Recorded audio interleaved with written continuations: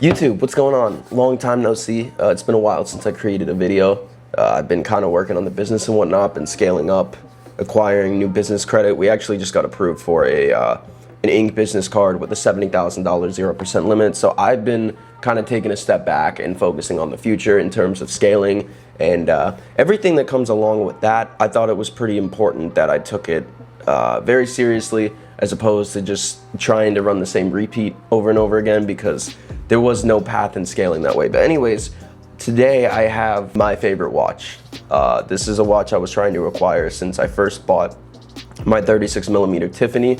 It was just so expensive. I could never really justify spending $30,000 on a watch. And then I just had the Tiffany. I upgraded to the 41. I got a Pepsi after that, primarily because I got it unprofessionally polished, the Tiffany, like an idiot. I didn't know what I was doing, and the guy screwed up the lugs, and it would have taken like a month and a half to get back, and I was like, no, I'm not going without a watch. So I got a Pepsi. One thing led to another, and we're back with this watch. This is a watch I would have never gotten at retail. Here's the box. I'm gonna open it up in a second, but I would have never gotten this at retail. They won't even sell me a Datejust. I'm trying to get a standard watch, like just a beginner, quote unquote, Rolex from an authorized dealer, because I feel like that's the best way to build a relationship. And every authorized dealer is very relationship oriented. The issue is they won't even sell me a watch, and I've registered probably at about 9 or 10 ADs across the country. Every single time I travel, I try and find a Rolex store and just register for a watch. Still haven't been sold one. There was one time in, where was it? I was in Cabo in Mexico, and they were going to sell me a Datejust on the spot. It was a fluted bezel, sand dust dial, 41mm Datejust with an oyster bracelet. Didn't like the oyster. I was willing to take it, but they didn't have a Jubilee, so I didn't take it. And one thing led to another, and we ended up with this. So yeah, without further ado, let's show you guys this beauty. There she is. And I actually bought this one on eBay. As you can see, the eBay authentication sticker, whatever this is. There's the card. Not gonna show the serial number, but yeah, enough of the box. Here's the most hyped up watch in the world. This is the most coveted watch in the world, is this. The Panda Daytona. As you can see, white and black dial. You got the chronograph in the middle, or the subdials, whatever they're called. This is a 116-500 LN. I was not paying 126-500 LN prices. And many people over the years throughout my research have said that this is like a perfect fitting watch. And after wearing it for 2 months, I would absolutely agree with that. This thing is beautiful, man. It fits perfectly. It's not too big, it's not too small. I have a 7-inch wrist. It's just beautiful. And yeah, let's show you guys this watch. There she is. And as you can see, I have beat this thing to absolute shit, and I do not care one bit. I wear this thing non-stop, which is what you should be doing with a watch, in my opinion. I don't understand all these people not wearing their watches. Let's look at the clasp. And as you can see right there, bro, like, I'm destroying this. I don't care, and I honestly never will. It's a watch, it's meant to be worn. That's just how I feel about these sort of things. And yeah, so yeah, I wore this across the Amalfi Coast in Europe. People said not to wear a watch in Europe, especially Italy or whatnot. I didn't go to Naples, so I was not planning on wearing it in Naples. I wouldn't wear this also in Rome either. I did a lot of research just to ensure like I wasn't gonna get mugged or anything. So there she is on the wrist.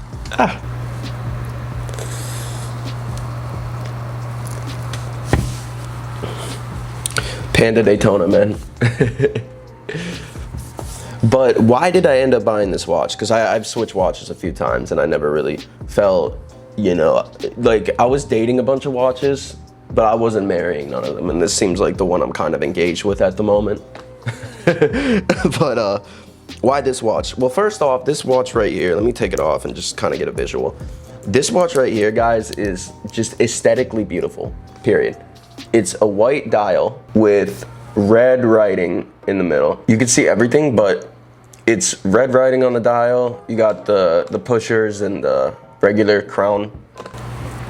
So to set the time and whatnot, you just unscrew this and then pull it out a little more.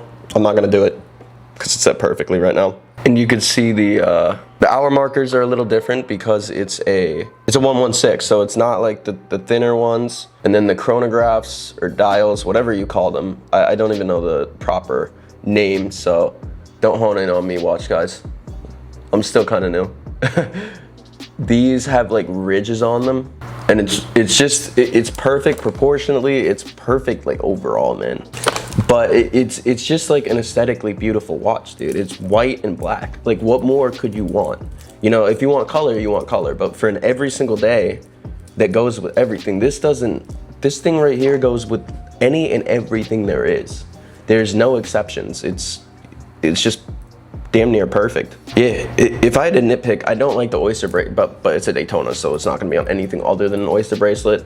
It's not that I don't, let me rephrase that. I like the oyster bracelet. I don't like the way it constantly gets his ass whooped.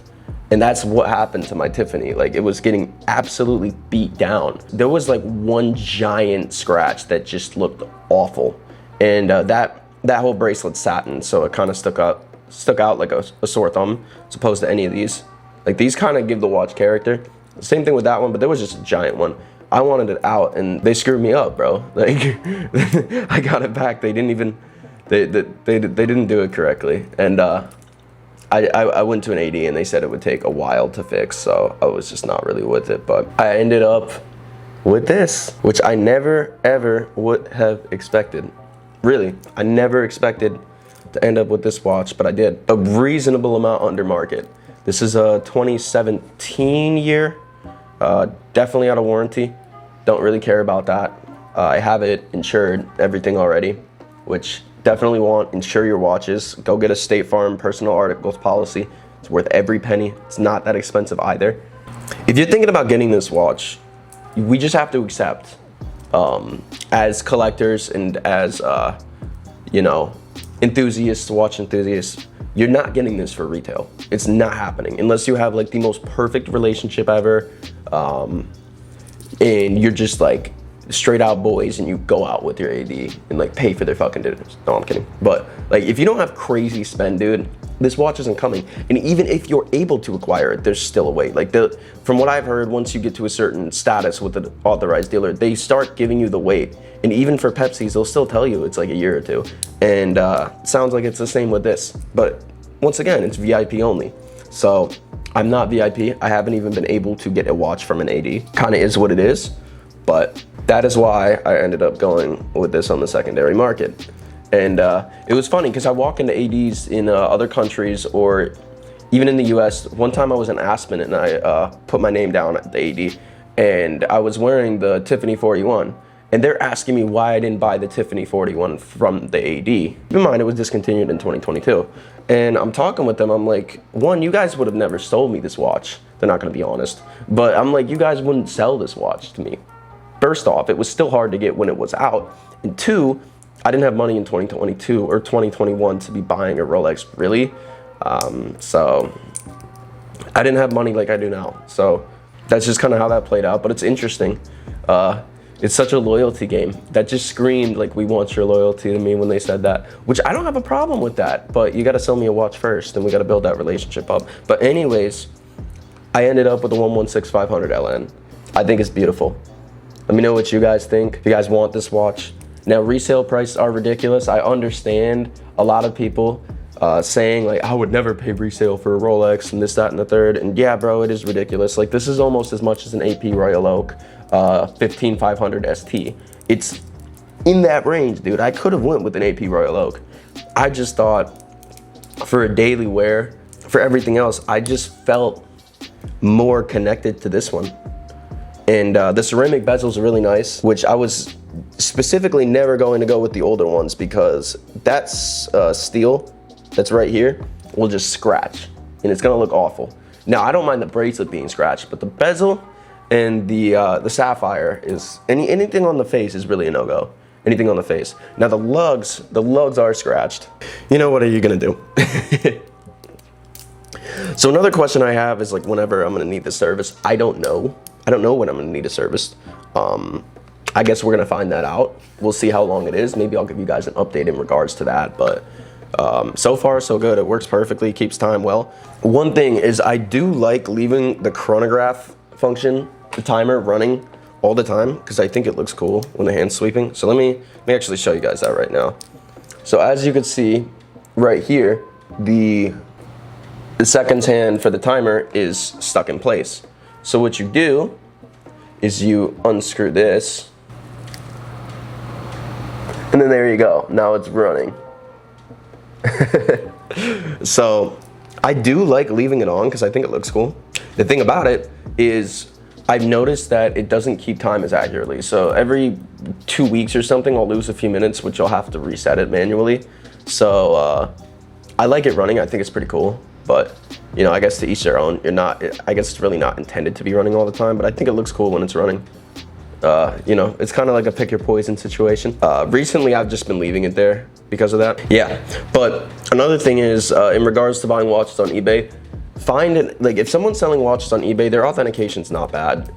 Be careful with Oyster perpetuals and swap dials, though. That's something, pro tip about that. People love to send their black Oyster perpetual in and then swap it for a Tiffany dial. So just a heads up on that. A lot of people are doing that. But in regards to this, I knew this was gonna be fine. I got it from one of the biggest watch dealers on eBay. They were running like some coupon code that, according to them, I was trying to negotiate them on a wire direct with them, and they wouldn't go lower, or they wouldn't even match what they had for pricing on eBay, because I was kind of in a rush. I was going to Europe at the time, and I had to be here in a certain period of time. And they said eBay was paying their coupon, and their fees are like 1% or something because they do so much volume, which I guess makes sense at that scale. But buy from a reputable dealer. If it's like a seller with like regular feedback, don't buy the fucking watch. I bought a Pepsi on eBay before, and there was a scratch in the sapphire. I don't know why that's making noise. There was like an actual like scratch in the sapphire, and if you put like your phone light up to it or like a black light, it was very visible, and you take it outside, it was visible too. So that sucked. I had to send that back. I don't know how the authentication team didn't catch that, but with this one, everything was perfectly fine. It seemed like error or whatnot, and then ended up with this. So yeah, let me know what you guys think about the Panda Daytona. It's the most coveted watch in the world. The hype is crazy, but I guess to each their own. Watch is a very personal thing, and it's a lot of personal taste involved and whatnot. It's what you like, it's what you don't, you know, you either have class or you don't in some cases. But yeah, let me know if you guys want more videos like this. I thought this was a pretty fun one to make. I waited to make it for a while because I wanted to make sure I was actually keeping the watch, but ended up with a Panda Daytona, and I couldn't be happier, bro. Like, this is a very pretty watch, and most regular people don't know what a Daytona is, which I like. I kind of like that. It's kind of like an AP. Like, you gotta know watches to know it. I mean, people know what a Royal Oak is, but like, I don't know how to describe it. Like, when I was starting off in watches, actually before I did, my friend was gifted a Ghost Daytona Oyster Flex band with a diamond bezel, and I was visiting Miami, Ohio to go party with him and whatnot. A lot of my guys from home actually go there, so I was visiting, and I saw it and I thought it was a precedent. It's not a precedent. I'm an idiot. So just goes to show, I was a novice at that time. I had no idea what I was doing. I wouldn't even call myself a novice. I didn't know watches at all, and I thought it was a precedent. So I guess to each their own. And I'm wearing a president. No, I'm kidding. But yeah, it seems like you gotta know what this is to know what it is. But it is the most coveted Rolex in the world by a long shot. So yeah, I'm happy to have it. I would have never gotten it from an authorized dealer. So it is what it is. But thank you guys for watching. I really appreciate it. Hope you guys enjoyed this quick video. And I'll let you guys know when the next one's coming. It should be pretty soon. Deuces.